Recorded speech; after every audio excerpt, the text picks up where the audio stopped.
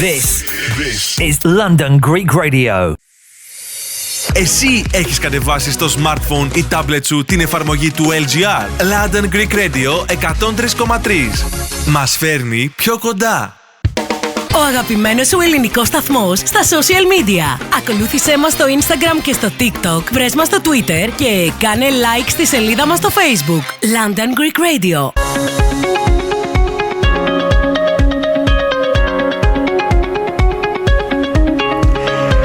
LGR 103,3 FM, ελληνικό ραδιόφωνο Λονδίνο.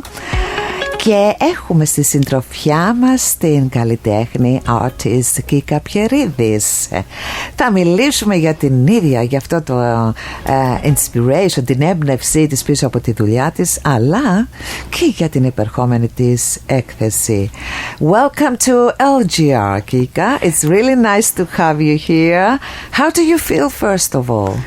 I feel like it's only yesterday since I saw you. Very good in your company. Thank you very much. It's a nice pleasure to be with you in person. Exactly. You know, because I remember when we spoke at the beginning, you were a little bit nervous. Oh, yeah. I think it's natural, isn't it? Yeah, of course. You know. We're only human. But you're an expert now. I can tell that. Trained by the best. Thank you. You're welcome. Thank you. Now, Kika, you describe yourself as a contemporary patternist. Can you tell us more about how you arrived at this label and what it represents to you in your creative process? Absolutely. So I basically I think there's an expectation that you're supposed to label yourself something, and I couldn't quite fall into one of these labels. Like I thought, people have said, but you're an abstract artist. No, you're this sort of artist, that sort of artist. And in the end, I just had to create my own sort of label which encompassed all of the things that I felt about my art. And it really starts with a journey. After my father passed away, I had been a photographer and I had that call back to wanting to be joyful. So I started seeing colours very vividly, and I went into like a £1 shop and I got these kids colour packs, and I started colour blocking these landscape scenes that I had, and from that I had all these paper offcuts in a big bag. So what I was doing was collage, and I thought, what can I do with all of these paper offcuts?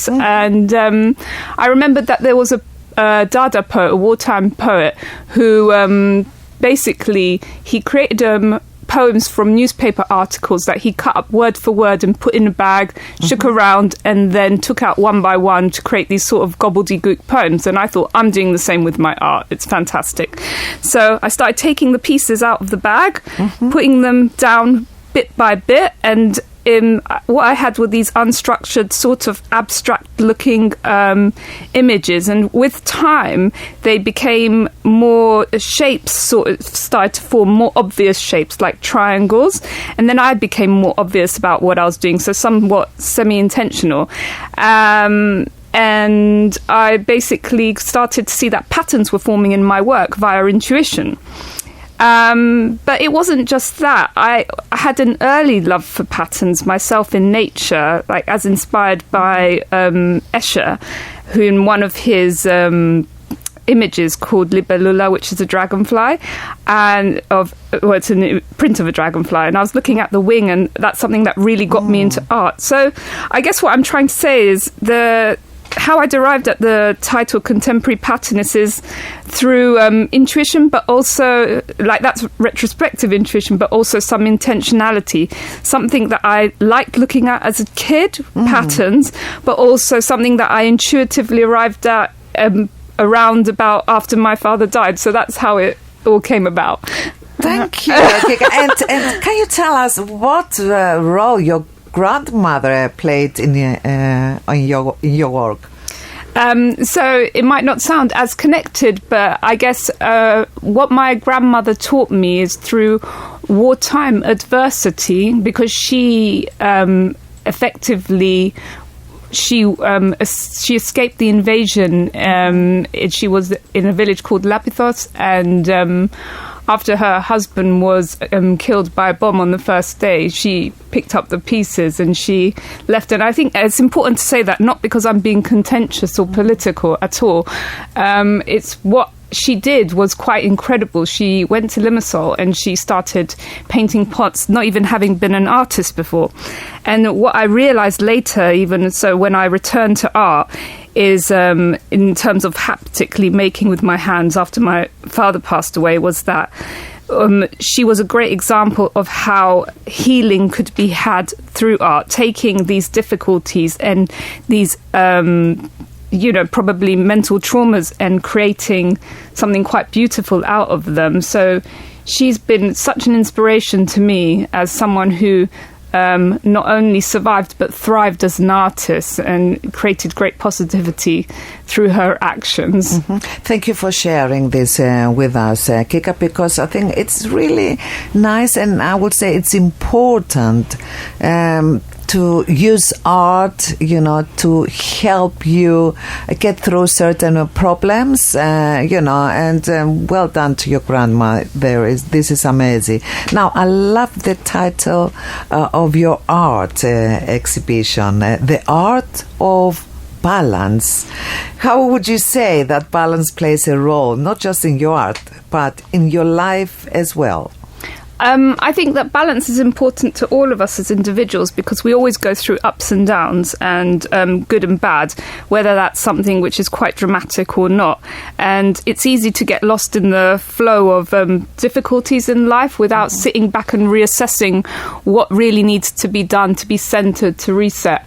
And I think within my life, it's vitally important, after having been through my own mental health battle, that and coming back to art again, how important balance is to me, because I learned everything about coming back to art, because I realised that when I was a young artist, I already had that tool, that mechanism for coping. And through not making haptically for quite a while, I was teaching, I was a photographer, so more of like sort of an observer of the world. It kind of taught me that I had that coping mechanism. So the art the balance through art itself is very, very important, but equally there are also other coping mechanisms and grounding tools which are vitally important. So I think that's the long and short of it. Thank you. Now, could you describe your exhibition? What can we see?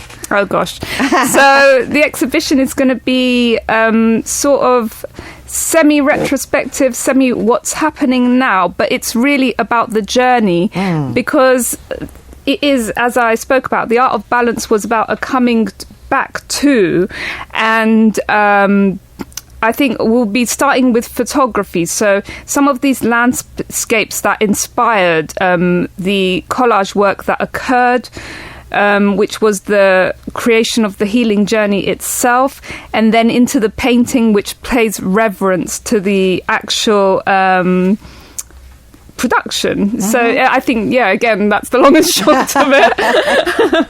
This is very interesting. Now, Kika, you are taking this process into hospitals, I think, like charity, for some charity work, both for patients and staff.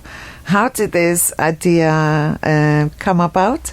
Oh, yeah. So around September, basically, I was having a look on Instagram and I saw that a friend was doing work with a charity called A Space Between. And I thought, oh, that looks so interesting. And it really appealed to me, because this person was doing work related to hospitals and some form of teaching.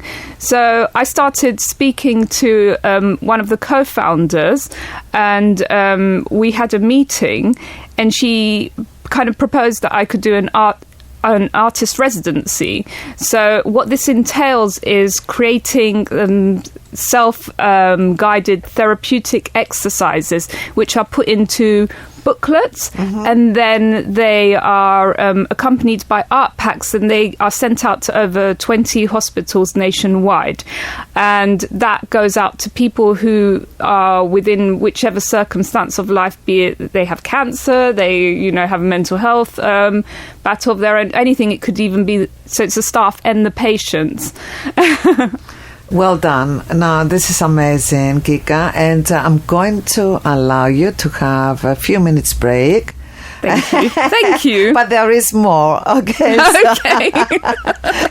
Just have a sip of water, rest, and we'll be back soon. Thank you.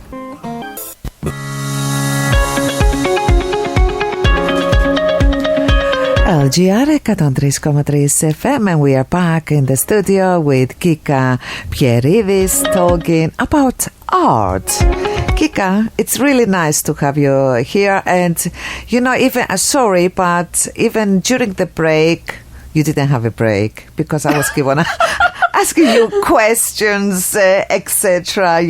Because I think this is amazing, especially getting involved with hospitals, charities, and also, shall we say, what we will discuss off air, yes, about sharing personal mental issues, and we were saying that it's very brave for someone to say that it went through a difficult stage, because I think it's inspirational for others. It's like hope. You're giving hope to others as well. So well done once more for being honest and for sharing your personal experience. Thank you so much. I really appreciate it. And I do think, as a note of my own, I think sometimes our experiences, for example, going through grief, we go through grieving all the time, every single day, all of us, to one degree or another. So, for example, even for me, sharing grief is a very... how can I say, sharing about my mental journey from grief in a previous exhibition I had was a huge thing that I guess people really appreciated as well. So I do appreciate your commentary on that. You're very welcome. Now, what kind of feedback you are hoping to receive from participants in this hospital or charity participation, I think with the hospitals, I'm going to be doing some workshops as well. So one of the workshops will be at a place called Future Dreams, which is a place that helps women with breast cancer. Oh. And then there's another I'll be doing in Chelsea and Kensington Hospital, and they have an art studio there. So I'll be combining sort of the kind of semi-non-didactic therapeutic teaching with some sort of hands-on teaching, and I just hope that people will feel relaxed, that they'll go through a meditative process, and that they can arrive at a place where they feel that they have a better sense of presence, almost like a reset, a mental reset for themselves. So I guess you're creating a safe and supportive space between, absolutely, which sounds brilliant. And what about this nature-based rituals or outdoor sessions that you are gonna do? I have a lot of those huge things. So for me, one of the vital thing is actually walking every day. It's my way of gathering my thoughts. A morning is not complete without a walk, and similarly the inspiration I derive from it. So I always visit a pond near my house, and I watch the willow tree change throughout the year and the reflections on the water. As you know, I'm very inspired by patterns and stuff like that, and so this is one of my rituals. I feel relaxed already. I think it's important, though. We have to still our thoughts. Yes. We have to do it, because otherwise we'll get swept up in the chaos and the drama that is life. Exactly. Yes, no, we have to do this me time sometimes, and so we can be there for other people as well. There's no use in our, not taking care of ourselves. It's not selfish. Yes. It's not, and I think there's a lot of perceptions about it, but it's actually totally helpful to other people. So do you think creativity like this is accessible to everyone, even those who say, I'm not an artist. Absolutely. It's so accessible. And I think that's why I'm taking the collage into the hospital, because it's something that is accessible. It's something that's not like, oh, you have to figuratively or represent this exact image the way it is. Because in school, we're often taught, and one of my favorite things as a teacher was teaching 16-year-olds that they didn't have to draw a certain way. They didn't have to follow the lines. It didn't have to be perfect. And so what I'm doing is taking collage, because anyone can cut a piece of paper up. It's accessible to anyone. It doesn't have to be perfect. Thank you, Kika. And I think you have a website. Is it this charity? The charity website. Yeah, charity. spacebetween.co.uk. And what can we see there? Oh gosh, you can see everything about the charity's work. I think they have a wonderful initiative called Doodle to Connect as well, where people can send in drawings that help with from around the world, that help people to colour in stuff. So I don't know, do we have time for this? Yes, tell us a bit. I'm curious now. So basically, what I thought was really beautiful about the founders' stories is one of the ladies had lived experience of her own mental health issues, and the other one is going through stage 4 cancer. And the way that they came up with the actual idea for the charity was that they were sitting in waiting rooms, just waiting for this treatment, and basically that in-between space of, looking at their feet and not knowing what to say, one of the ladies went and got a colouring in book for the other one and so they could just both sit and do that, like sort of, in the flow, rather than sitting and talking, because sometimes you do not want to talk when you're... Yes, absolutely. Then there are things you're too nervous. It's all out there, so yeah. Or you are not in the mood to hear about someone else's story at that moment because you are nervous, as you said. Yeah, and everyone is different. And you don't want to spike someone's anxieties. Yes, yeah, exactly. Kika, how do you feel? Because I know your exhibition is going to be a special place. It's a private exhibition, but it's I think it's a privilege. Can you share a little bit with us about it, please?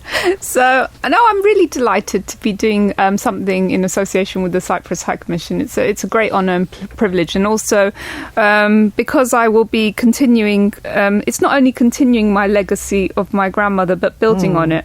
And I think it's such a beautiful and honourable thing to do of someone who has Cypriot roots. It's just honouring who I am as a human being and honouring my fellow brothers and sisters, if you like.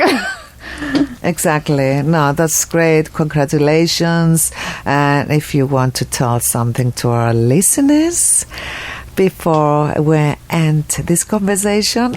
Well, I think, as you can tell, I have a lot to say. I prefer. It's good.